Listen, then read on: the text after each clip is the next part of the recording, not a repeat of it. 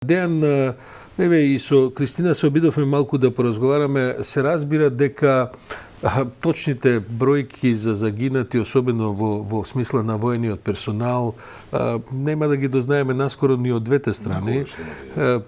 Пропагандите и на едната и на другата страна. Не дознавме колку луѓе загинаа во бомбардирањето на СРЈ. Не дознавме колку загинаа во Ирак и Афганистан.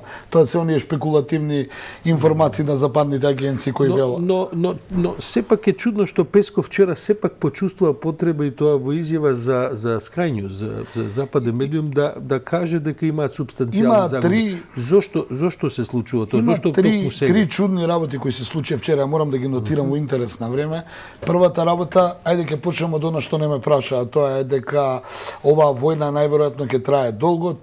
Кон тоа се залага и НАТО и сојузниците, и Украина, бидејќи јасно е што подолго трае војната, повеќе се исцрпува Русија и повеќе се обновува НАТО и мораме да кажеме и Украина, така да тоа е првиот дел на овој 44-ти ден од војната инвазија на Русија врз Украина, која се чини дека во моментот наместо ја изгуби борбената предност у смисол на тоа дека ја изгуби борбената иницијатива наместо оној блицкриг како што сите го очекуваат да дојде до одредени области, тие сега се вадат од она во што влегува, тоа е она легендарно украинско блато или кал, која се викаше, веќе ја заборев како и беше име. Црна земја, тоа е така се вика. И имаше еден таа е назив. додуше и плодна, ама е многу длабока како што се топат нели снеговите, кал се прави и тоа е тоа. Втората работа што ми го постави прашањето е почувствува потреба зошто бидејќи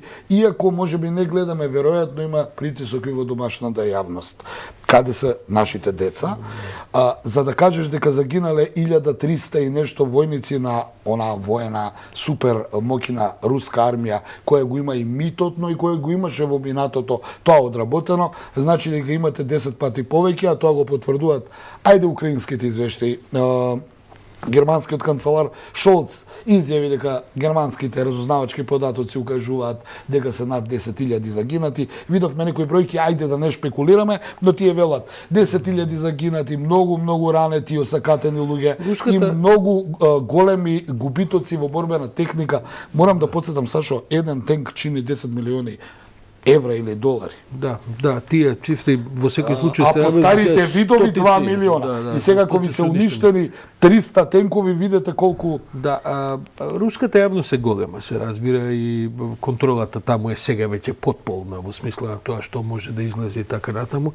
Но сепак, заради новиве технологии, без разлика на укинатите социјални мрежи, без разлика на високата контрола и така, со овој вид на илјадници загинати, тоа не може да остане тајна, предпоставам, бидејќи на крајот се објавуваат сведоштва. Можда ние нема да дознаеме, но тајна нема да остане. Јас сакав друго да кажам. Тоа сакав да те прашам, дали мислиш дека тоа ќе влие на однесувањето на Путин? Дали тој притисок можда во јавноста може да порасне до некоја мерка да почнат веќе да размислуваат за консеквенциите од ова се што се прави? Мислам дека секој председател кој наредил војна или војна акција или војна интервенција, како и да речеме, е свесен за тоа е пресметан ризик. И сега ми се чини дека овој ризик беше многу повеќе од пресметан, бидејќи украинската армија покажа, со помош на НАТО се разбира, сама не можеше, дека е се уште во борбена готовност, не се распадна, не капитулираше, напротив. Цело време добива помош од НАТО сојузниците, што е од една страна малце,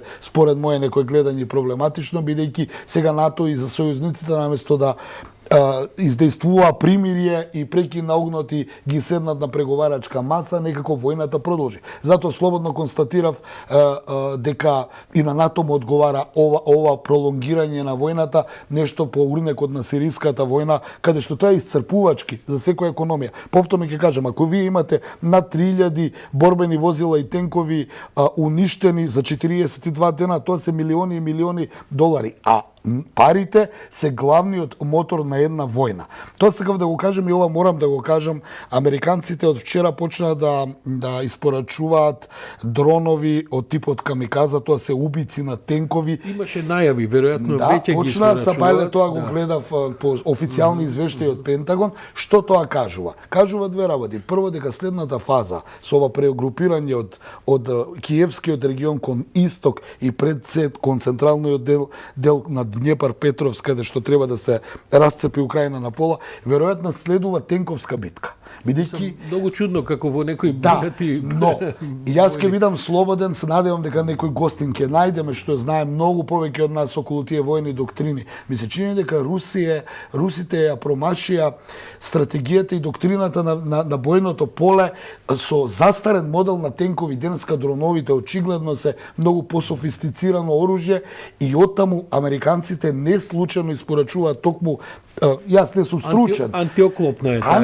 Но тоа се дронови од типот камиказа, каде што вие со џојстик наведувате и го гаѓате тенкот, а тој не знае од каде да пука. Да, Затоа тие камикази бидејќи ми се чини дека главната пешадиска сите стануваме во малку оклопно пешадиска битка тек допрва ќе следи, а тоа значи уште поголем број на загинати луѓе. И само ова што ја праша колешката Атовска, она што е сомнително и чудно е што украинците ниту еден момент не излегува да кажат кои се нивните губитоци. Да, има разурнувања, да, има злосторства цивилни, но украинската армија буквално делува како сокриена, како да не постои. Практично ние гледаме десен центар, гледаме Азов батальон, гледаме разни формации, полуформации, паравојни, но никаде не видовме официјално појавување на украинската армија, што само укажува дека тактиката кој тие ја применија, се разбира со помош на западните сојузници, тоа сами они не би можеле,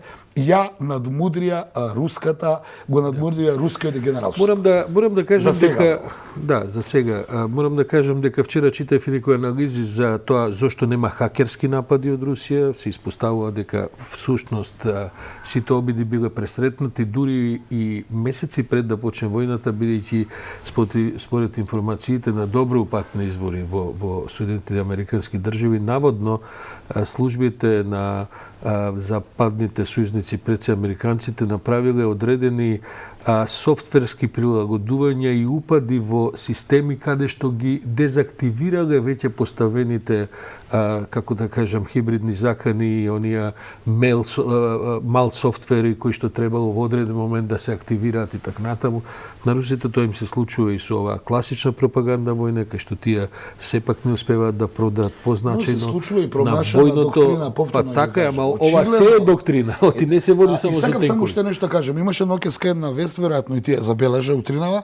Русите за прв пат од која е војната, барем официјално беше објавено дека лансирале нов воен сателит. Што тоа значи? Веројатно тие се обидуваат сега и онаа војна над звездите, популарна од минатото. Нешто преку тоа да бидејќи се покажа дека се покажа дека технолошкиот дел на руската армија дали беше неподготвена или можеби не очекуваше ваков сплет на состојбите. Но за волјата на вистината морам ја уште нешто да кажам што можеби не е популарно. А тоа е дека русите сепак до сега не го покажаа своето најмодерно оружје. Не велам за нуклеарните боеви глави, тоа го тргам на страна. А тој не е модерно. Да, тој не е толку модерно, напротив, да, тоа е застарено.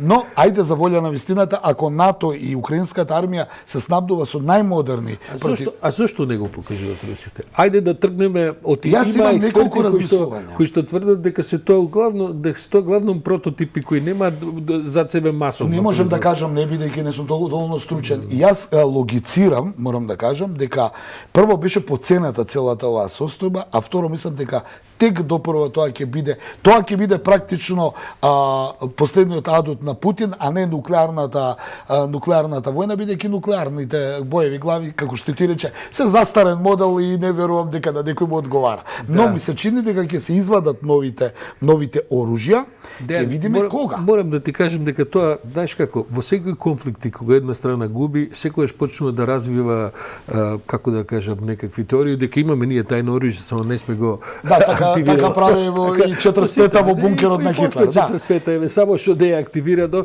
а во суштина кога бидејќи војна е веќе прилично развиена и во тактичка и во стратегиска смисла и секаква, ние гледаме дека се заглавени во централна и во источна Загубија борбената иницијатива. Уште Мариупол слушам дека Мариупол се уште не е освоен до крај, што е нешто што Одеса се ракетира, некако се и мораме да кажеме, јас тоа сакав во почеток да го кажеме, изгубив смислата. Борбите во Луганск, украинската армија има контраофанзива. Тоа е нешто што е за мене шокантно, бидејќи Луганск беше, Донецк и Луганск беа оние точки кои мислев дека веќе се завршени. А таму има контраофанзива што само укажува.